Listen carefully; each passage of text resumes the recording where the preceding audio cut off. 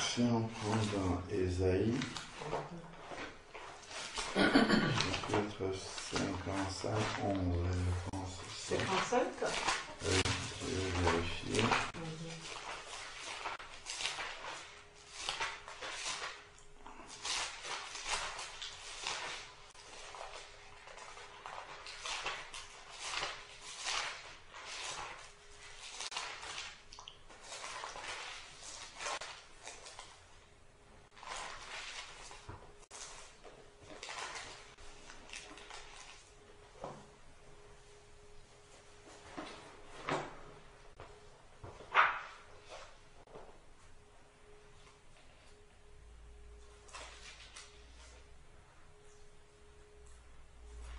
Alors, bon. Ésaïe, chapitre 55. On va prendre à partir du verset 8 au verset 11. Ésaïe 55 à partir du verset 8 au verset 11. Il est dit: car mes pensées ne sont pas vos pensées. C'est Dieu qui parle par la bouche du prophète Ésaïe. Car mes pensées ne sont pas vos pensées et vos voix ne sont pas mes voix. Oracle de l'Éternel. Autant les cieux sont élevés au-dessus de la terre, autant mes voix sont élevées au-dessus de vos voix. Et mes pensées au-dessus de vos pensées. Comme la pluie. À ce stade-ci, le Seigneur parle de ses pensées et de nos pensées. Il dit, comme les cieux sont élevés au-dessus de la terre. Lorsque nous voyons les cieux, nous voyons la terre, on voit qu'il y a une distance tellement grande entre les cieux et la terre. Et le Seigneur dit que c'est de cette manière-là que ses pensées et ses voix sont élevées au-dessus des nôtres. Donc, bien souvent, comme on le disait tout à l'heure, on connaît les promesses du Seigneur, on sait ce que le Seigneur a promis de faire dans nos vies, mais on est attristé parce que on ne voit pas cela s'accomplir.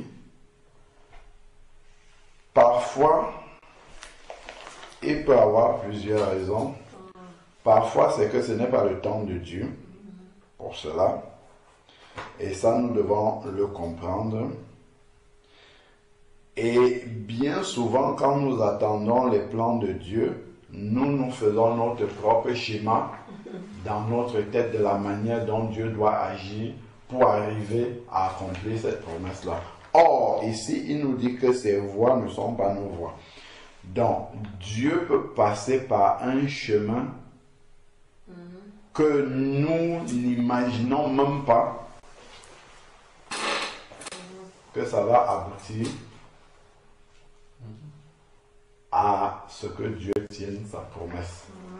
Parfois, ça peut même commencer par faire le contraire de ce qu'on demande à Dieu. On peut prier Dieu pour une situation, une porte, il commence par fermer la porte.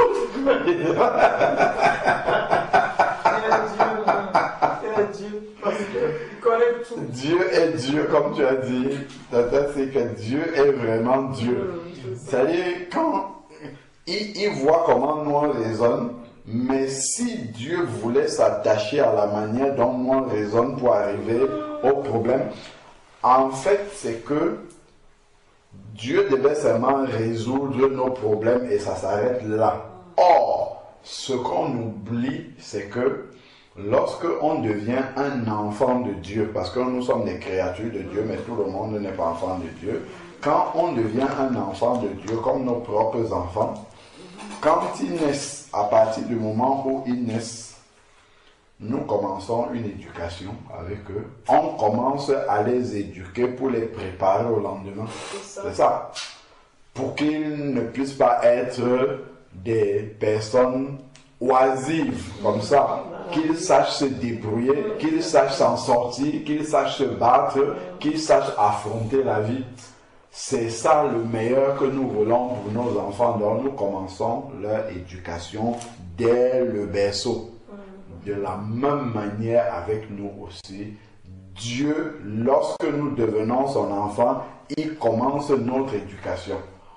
Or, Dieu ne va pas nous retirer de la terre pour nous amener au ciel pour faire notre éducation et nous renvoyer. Il fait notre éducation sur la terre là où nous sommes là. Dans nos circonstances là, et ça on oublie. C'est ça. Nous, on voit seulement le problème qui est là comme ça devant nous. On oublie en fait que ce problème qui est devant nous est un problème terrestre. Or, Dieu est dans une éducation céleste pour nous. C'est-à-dire qu'il utilise nos circonstances de la terre pour nous former à lui être utile sur la terre et pour nous préparer à vivre dans le ciel. Et ça nous ignore. En fait, c'est qu'on oublie totalement en fait que quand tu deviens un enfant de Dieu, ta vie n'est plus un hasard. Ce n'est pas un hasard pour Dieu. Dieu sait exactement où est-ce qu'il est en train de t'amener. Et parfois, on peut désirer quelque chose qui va nous empêcher d'arriver là où Dieu veut que nous arrivions. Comme j'avais suivi, je crois que c'était un pasteur qui disait ça, qu'il y a une maman, je pense d'ailleurs que c'était le frère Zakosian qui disait ça, une maman qui est dans une pièce et elle entend ces deux garçons qui sont en train de se chamailler là-bas. Elle entend les garçons qui se chamaillent et je crois la grande sœur des garçons qui était ailleurs aussi dans une autre pièce, elle répond, elle dit, vous m'embêtez tellement, mais donne-lui ce qu'il désire. Il y a le plus grand des garçons qui prenait quelque chose au petit et le petit voulait absolument prendre la chose. Dans la grande sœur qui entend ça, l'agaçait tellement que les enfants sont en train de discuter. Donne-lui ça. La maman dit non. Il faut que tu ailles voir d'abord sur place avant de dire au grand de donner au petit ce que le petit désire. Elle dit maintenant ils dérangent trop, ils font trop de bruit, qu'il lui donne et puis qu'on en finisse. La maman dit non, tu vas d'abord voir. Quand elle arrive là-bas, elle se rend compte que c'est un couteau en fait que le petit avait pris. Et il voulait jouer avec le couteau et le grand ne voulait pas. Et il disait que c'est dangereux. Donc, tu imagines, parfois, c'est le couteau que nous désirons. Et Dieu ne veut plus la mort qu'on veut. Mais nous, le petit, lui, ne savait pas que c'était dangereux. Comme nous aussi, il y a des choses qui sont là, que nous désirons, que nous chérissons de tout notre cœur, mais Dieu voit que ça, ce sont des choses qui sont dangereuses pour nous. Ou alors, ça peut même être des choses qui sont bien pour nous, mais au moment où nous le demandons, là, c'est dangereux pour nous. Dieu préfère d'abord attendre avec cette chose-là, nous former pour que lorsque nous allons recevoir la chose, que nous soyons matures pour utiliser cette chose-là. Une fois, je partageais avec des bien-aimés et il m'est venu de prendre le cas d'Abraham. On voit souvent beaucoup de chrétiens qui disent que oui, ben Abraham il était riche, donc le chrétien doit être riche, et ainsi de suite, et ainsi de suite. C'est bien, c'est vrai, Abraham était riche. Mais,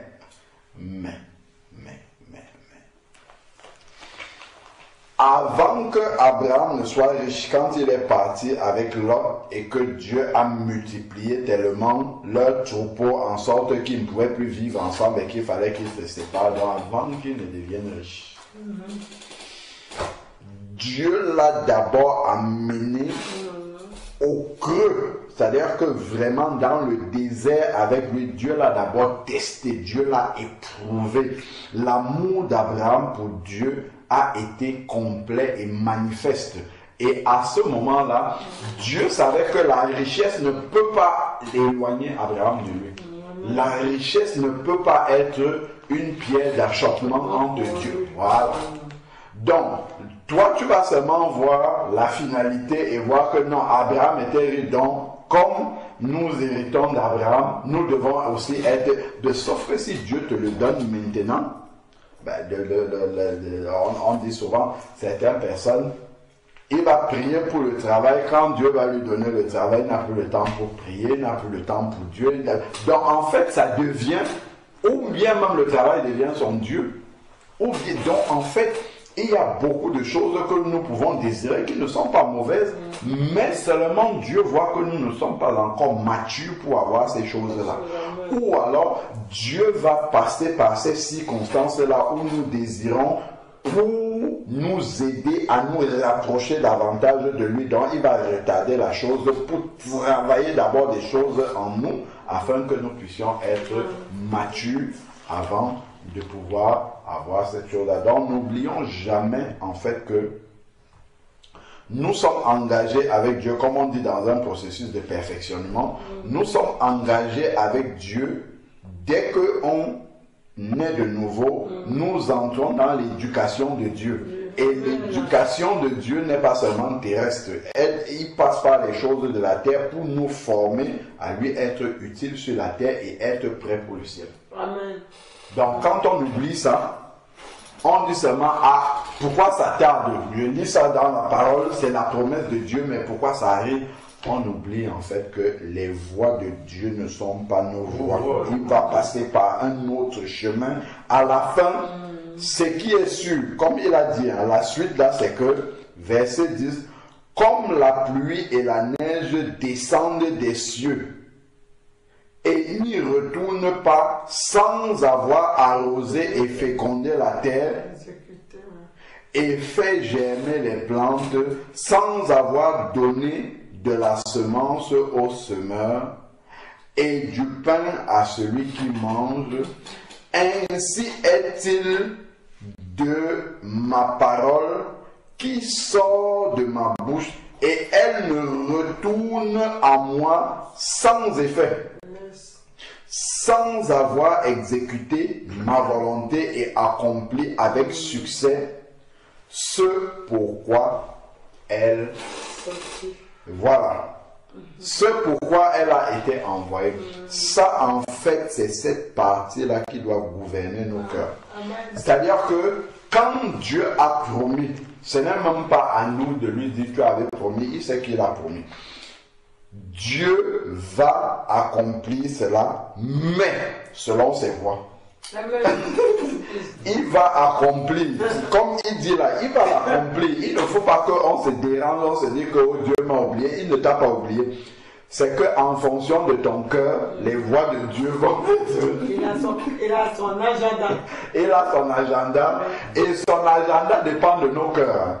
Comme il dit qu'il change les cœurs de pierre en cœurs de chair, ce n'est pas instantané comme ça que ça se passe. Il vient progressivement en fonction de ce qui fait la pierre de notre cœur là. Il va enlever ça comme ça au travers de ces circonstances là. Si on est impatient, il va en profiter pour nous apprendre à patienter. Il ne va pas nous... Au début souvent de la conversion, Dieu donne les choses rapidement pour qu'on le connaisse bien. Comme les Israélites, quand ils sont sortis de l'Égypte, Dieu accomplissait qu'ils priaient, la manne tombait du ciel, ainsi de suite. Une fois qu'ils étaient comme ça, après, Dieu dit, bon, maintenant vous avez vu les 10 plaies, vous avez vu que je suis Dieu, que je suis puissant. Maintenant vous allez marcher par la foi et les amener dans le désert. Là maintenant, pour les éduquer. Donc de la même manière aussi, Dieu passe par le désert, des situations que nous ne comprenons pas, pour nous former, pour nous amener à nous attacher juste à la parole. Il a dit, donc il accomplira, il veille sur cette parole-là pour l'accomplir. Le moyen pour y arriver, le temps pour y arriver, l'heure à laquelle il va arriver, lui seul est maître de cela. C'est pour ça que nous disons que il est maître des temps et des circonstances. Nous, on dit ça, mais nous, on veut être maître des temps.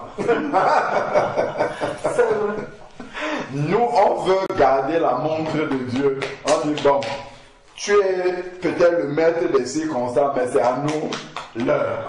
L'agenda, Seigneur, c'est maintenant. Si tu viens demain, ça sera trop tard.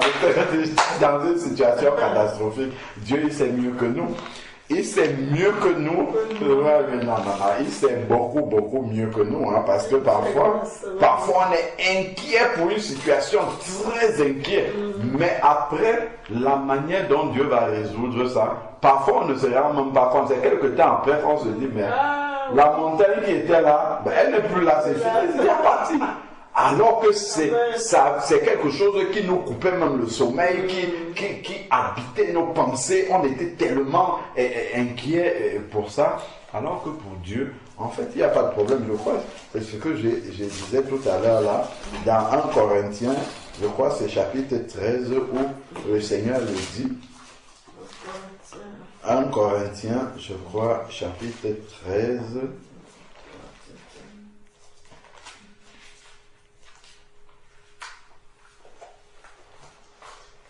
Ou c'est 10, plutôt 1 Corinthiens 10, 13. Voilà, je pense que c'est ça le verset.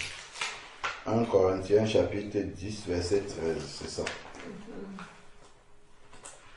1 Corinthiens 10 au verset 13. Pourquoi tentation, c'est ça? C'est ça. Pourquoi tentation ne vous est survenue qui n'ait été humaine? Dieu est fidèle et ne permettra pas que vous voyez tenter, vous voyez tenter, c'est ça, non? Vous soyez tenté, oui. Alors que vous soyez, oui, que vous soyez tenté au-delà de vos forces, mais avec la tentation, donnant aussi le moyen d'en sortir pour que vous puissiez la supporter. Amen. Voilà, amen. Amen. Donc, en fait, quand une épreuve arrive, c'est ce qu'il a appelé la tentation, Dieu a déjà pesé l'épreuve dans sa balance à lui et il sait que tu pourras supporter. C'est nous qui voyons souvent que non, ça c'est trop. Dieu a exagéré cette fois-ci. Et comment il peut laisser qu'une telle chose? Ah non. Si il permet que ça arrive, c'est que c'est parce qu'on peut supporter. Amen. Et c'est parce que nous sommes dans... C'est comme nous passons des classes avec Dieu. Hein. Nous sommes en 6e, après en 5e, ou bien à l'école primaire, CP, CE1, ainsi de suite. Il voit que l'examen là, ça correspond à la classe où nous sommes, exactement. Il ne prend pas l'examen de terminale et il nous donne ça alors que nous sommes encore au CP. Non.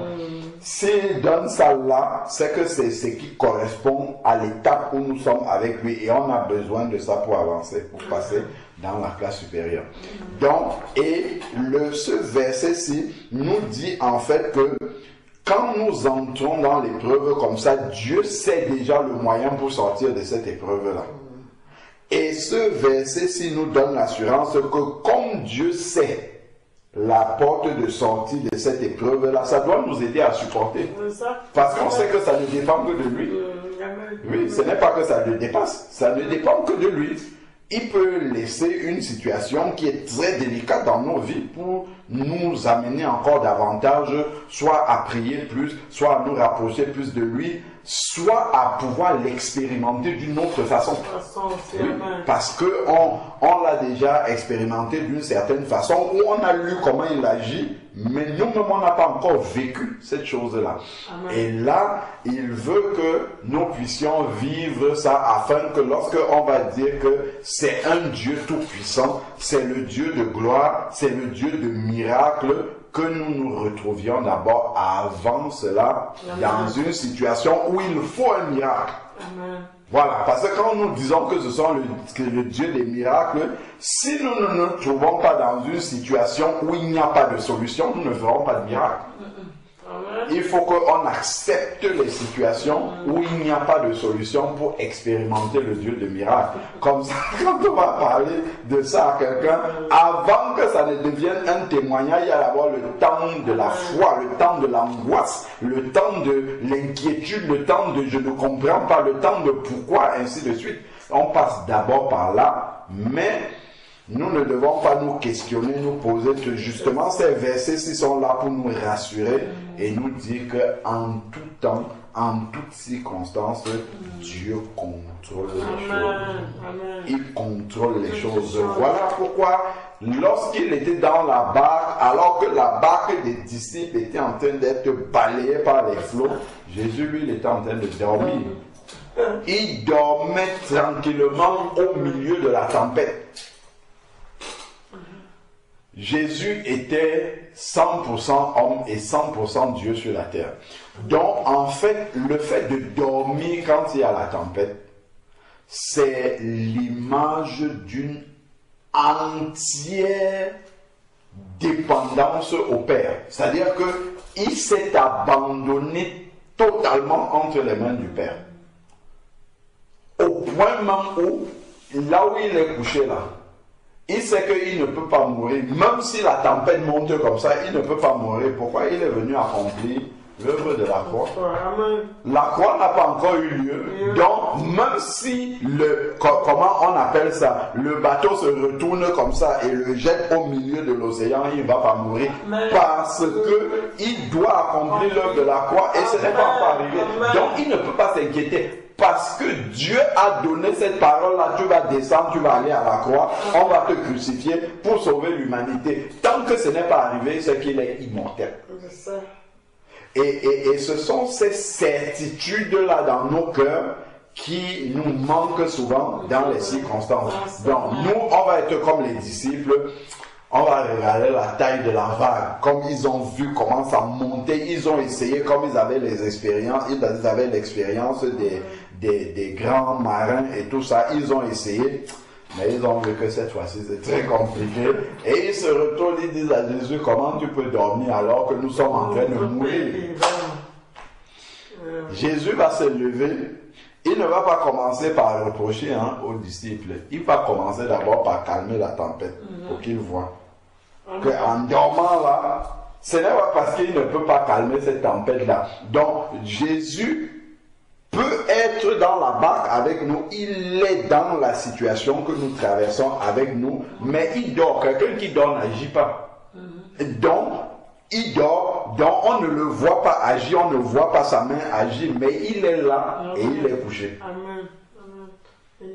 Et pourquoi Jésus était là et couché et il ne faisait rien? C'était pour mettre à l'épreuve leur foi. Puisque quand il se lève, il évalue dans leur foi et dit homme de peu de foi. Donc bien souvent, Jésus est dans nos circonstances, il est toujours dans la barque, puisqu'il a dit, et voici, je suis avec vous tous les jours jusqu'à la fin du monde. Il ne nous quitte jamais, il est là. Il voit comment dans cette situation, dans cette tempête qui est en train d'arriver, qui secoue de tous les côtés. Et ce qu'il y a, c'est que dans toutes ces tempêtes-là, le diable n'est jamais loin. Comme la Bible dit qu'il rôde comme un lion rugissant, cherchant qu'il va dévorer. C'est là qu'il va venir nous bombarder de pensées. Ah, tu vois cette situation-ci, c'est terrible, c'est pire que tout ce que tu as déjà vécu. Non, cette fois-ci, là, Dieu t'a abandonné. Ou bien, là, dans la situation, si ça va être la catastrophe, ça va aller juste dans... Le diable est là pour grossir la situation et te faire comprendre que si Dieu devait intervenir, il aurait déjà intervenu depuis longtemps. Et c'est dans cette situation-là que Dieu permet que nous puissions rester là pour voir est-ce que nous allons écouter la voix de Dieu qui est sa parole et garder, ou est-ce que nous allons écouter la voix du serpent et faire ce qu'il nous demande de faire. Et on a besoin vraiment de passer par cette circonstance-là pour connaître véritablement Dieu et pouvoir parler de lui à quelqu'un. Parce que si nous parlons de Dieu à quelqu'un alors que nous lisons seulement Dieu dans la Bible, nous ne pouvons rien communiquer. Pour communiquer vraiment à quelqu'un, Dieu, il faut que nous connaissions Dieu réellement dans l'expérience. Ça, c'est très important. C'est fondamental, c'est capital. C'est pour ça que Dieu ne peut pas nous épargner l'expérience avec lui. Nous avons besoin de cette expérience-là pour parler de lui de manière concrète, palpable. Quand on parle de Jésus, la personne voit vraiment qu'on ne parle pas d'un bienfaiteur que nous avons lu dans une belle histoire comme ça. Nous parlons de quelqu'un avec qui nous vivons et que nous connaissons. Parce qu'il y a besoin de ça. Et il y a besoin vraiment de communiquer Jésus. C'est pour ça que puisque les raisons pour lesquelles nous restons sur la terre, il n'y en a que deux. La première raison, c'est parce que le travail du Seigneur n'est pas fini sur la terre. Allez, faites de toutes les nations des disciples, baptisés au nom du Père, du Fils. Jésus, lui, il est monté au ciel, mais nous devons continuer à faire ce travail-là. C'est la première raison pour laquelle nous sommes sur la terre. La deuxième raison, c'est dans la première raison, c'est parce que nous devons. La deuxième raison, c'est pour le perfectionnement, pour que Dieu nous perfectionne. Voilà les deux raisons pour lesquelles nous sommes encore sur la terre, pour qu'il nous transforme jusqu'à ce que Christ soit totalement formé en nous. Et pour cela, il faut que nous connaissions réellement Dieu. Et ce qui est la bonne attitude à avoir, c'est de ne jamais, on a chanté ça dans les cantiques, c'est de ne jamais quitter Jésus des yeux. Amen. Dès qu'on quitte Jésus des yeux comme ça, tout de suite les raisonnements viennent. D'ailleurs, dès qu'on quitte Jésus des yeux, c'est le diable qu'on voit directement. On ne le voit pas physiquement, mais ce sont ses pensées. Amen. Tout de suite, ces pensées arrivent. Or, nous sommes... La Bible dit dans 1 Jean chapitre 5 verset 19 que le monde est dominé par le diable. En fait, le monde entier, tout son système de fonctionnement, tous ses repères, en fait, c'est basé sur la pensée du diable. Donc, dès lors qu'on va laisser Jésus, quitter Jésus des yeux, c'est oublier sa parole, puisque Jésus, il est la parole. Si on oublie la parole, ou bien si on lit la parole et que la foi n'est pas attachée à cette parole-là, si on lit ça et que c'est comme la parole de n'importe qui a parlé d'un politicien, forcément, quand on sera devant l'épreuve, c'est ce qu'on voit devant nous là, ce qu'on entend, ce que nos sens nous renvoient là, c'est ça qui va dicter la manière dont on va se conduire. Alors que si c'est la foi dans cette parole-là, même si nous ne le voyons pas, nous allons confesser ce qui est écrit dans la parole de Dieu et non ce que nous voyons. Et la Bible dit que c'est lorsque nous croyons ce que nous ne voyons pas que nous voyons cela s'accomplir. Voilà. Donc il faut d'abord croire que c'est vrai et ensuite tu vois la chose manifester. C'est pas l'inverse. Donc c'est vraiment important que Dieu nous aide encore dans ces temps de la fin à ne jamais le quitter des yeux, à lire sa parole tel qu'il dit dans Romains chapitre 10 au verset 17, la foi vient de ce qu'on entend et ce qu'on entend vient de la parole de Dieu. Que quand j'ai lu une parole et je sais que cette parole-là s'adresse aux enfants de Dieu, un disciple, je prends cette parole-là pour moi, elle est dans mon cœur et je bénis le Seigneur parce que c'est une parole qui est pour moi et je m'attends à voir cela s'accomplir. Quelle que soit la manière dont les circonstances sont en train de se diriger, même si ça ne va pas dans le sens de vouloir s'accomplir, que je sache que les voies de Dieu sont largement, il dit comme le ciel est éloigné de la terre, c'est largement au-dessus. Mais il dit qu'il veille sur cette parole-là pour la comprendre. il veille sur cette parole-là. Ce n'est pas à nous de lui dire, tu vas passer à gauche, à droite, ainsi de suite, pour arriver au résultat là. Ce n'est pas à nous. Bien souvent, nous on veut lui dire ça, même dans nos prières, nous lui disons comment il doit faire pour résoudre les problèmes. Mais ce n'est pas comme ça que Dieu fonctionne. Et plus nous expérimentons Dieu dans les circonstances pratiques, plus nous nous rendons compte vraiment, nous apprenons à connaître Dieu et nous lui laissons plus de place, plus de latitude dans nos vies pour qu'il puisse œuvrer comme lui, il désire faire. Pas qu'il nous donne simplement ce que nous lui demandons, mais que lorsque nous possédons la chose que nous lui avons demandé, en plus de ça, il nous a communiqué quelque chose qui nous sera utile pour notre marche. C'est ça qui est le plus important.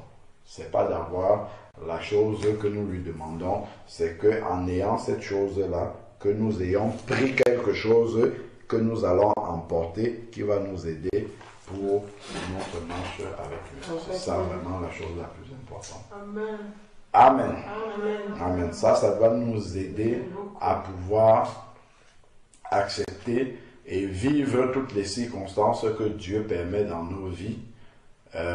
Bien évidemment, quand une circonstance arrive, on examine d'abord pour voir si on n'est pas en tort, si on a, voilà, si c'est pas une conséquence d'une mauvaise action qu'on a posée. Si on fait le tour et voilà, et que on n'a pas manqué de sagesse et que voilà, c'est arrivé comme ça, ce que nous vivons, nous comprenons que c'est une épreuve de Dieu. Et là, maintenant, si c'est une épreuve de Dieu, c'est que Dieu, ce qu'il fait, c'est qu'il nous observe. Il voit comment est-ce qu'on va commencer à crier et dire, Seigneur, je suis en train de couler, comment tu peux dormir? D'autres abandonnent carrément.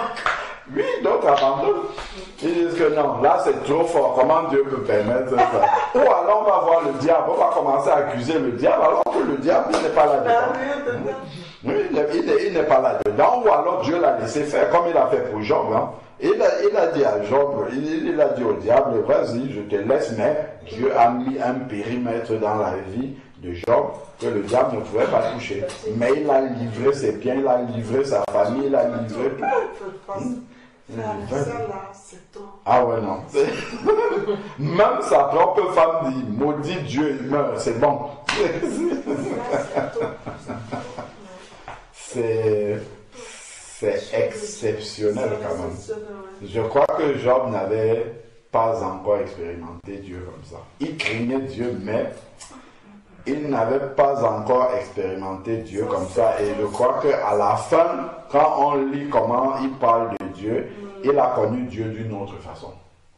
Mes yeux avaient entendu, non, mes oreilles avaient entendu parler, maintenant mes yeux t'ont tué. Ça, il fallait qu'il passe par là pour prononcer une telle parole. Ah non, là, il a connu Dieu d'une autre façon. Et c'est vraiment une épreuve. Et Dieu a toujours permis que quand un malheur devait lui arriver, qu'une personne seulement s'échappe pour venir lui dire une cascade de toujours un qui va partir, qui dit moi j'ai réussi à m'échapper, il vient lui dire. Après ça. Ah là là là là là là. Le fondateur du camp, il dit tout ça, ce sont des vitamines spirituelles. Voilà, tout à fait. l'appelle. C'est des vitamines magnésium spirituelles. Après, les amis même de Job vont arriver. Ils vont s'asseoir avec lui pour venir compatir avec lui. Ils se sont assis 7 jours à le regarder. Ils n'ont pas parlé. Donc ils avaient vraiment la compassion. Pendant 7 jours, ils le regardaient seulement sans rien dire. Mais quand ils ont commencé à parler, ils ont commencé à l'accuser, Donc même le réconfort de ses amis, il n'a pas pu trouver. Le réconfort de sa femme, il n'a pas pu trouver. Ah ouais, non, il était accablé de tous les côtés. Mais on voit vraiment que profondément à l'intérieur de lui, Job, il connaissait Dieu. Il connaissait vraiment Dieu parce que il aurait pu maudire Dieu dès le début. Parce que vu comment il était intègre, vu comment, même pour ses propres enfants, quand ses enfants allaient faire la fête avec ses filles, avec leurs frères, il faisait des sacrifices à Dieu au cas où ils auraient péché, au cas où ils ne se même pas. Donc, il était vraiment sérieux avec Dieu et voir tout ce qui lui est arrivé là. Je crois que beaucoup auraient dit non. Que non, là vraiment Dieu n'est pas dans ton affaire. D'ailleurs, ses amis lui ont dit que non, tu as forcément fait quelque chose à Dieu. C'est ce qu'ils lui ont dit. Tu as péché, tu as péché. Examine bien, tu as forcément péché pour qu'il t'arrive ça. C'est la colère de Dieu. Si ça devient tenace, voilà, on va dire non. On va dire que non. Examine ta vie. Tu as fait quelque chose. C'est ça. Oui, tout à fait. Et ça, c'est parce que les voix de Dieu sont élevées au-dessus des nôtres. C'est pour ça qu'on ne comprend pas que Dieu peut laisser son enfant dans ces circonstances-là. Que Dieu peut permettre que son enfant passe par ces circonstances. Oui. Parce qu'il a laissé Jésus-Christ même, il a dit qu'après. Ben voilà. Ça, c'est l'exemple parfait. Son propre fils unique, il l'a laissé aller jusqu'à mourir comme ça, alors qu'il disait, Père, si cette coupe peut s'éloigner, 3 fois Jésus a prié. Mais... C'est la Dieu. Ouais. Vraiment que le Seigneur nous aide à nous attacher simplement à ses promesses sans nous soucier de la manière dont il va les accomplir. Sans nous soucier de la manière ni le temps auquel il va accomplir ces promesses-là. Nous savons simplement que Dieu n'est pas un homme pour mentir. Ce qu'il a dit, il accomplit. Point. Le reste maintenant, point, c'est tout. Que sa volonté soit faite. Amen. Voilà. C'est ce que Jésus a dit. Toutefois, non pas ma volonté, mais ta volonté. Ça, c'est la parole qui est la plus difficile pour nous à prononcer. Que ta volonté soit faite. C'est ça. Parce que Dieu, c'est une grande école. Une grande école qu'on a une très grande école. C'est une très grande école avec Dieu. Une très grande école parce que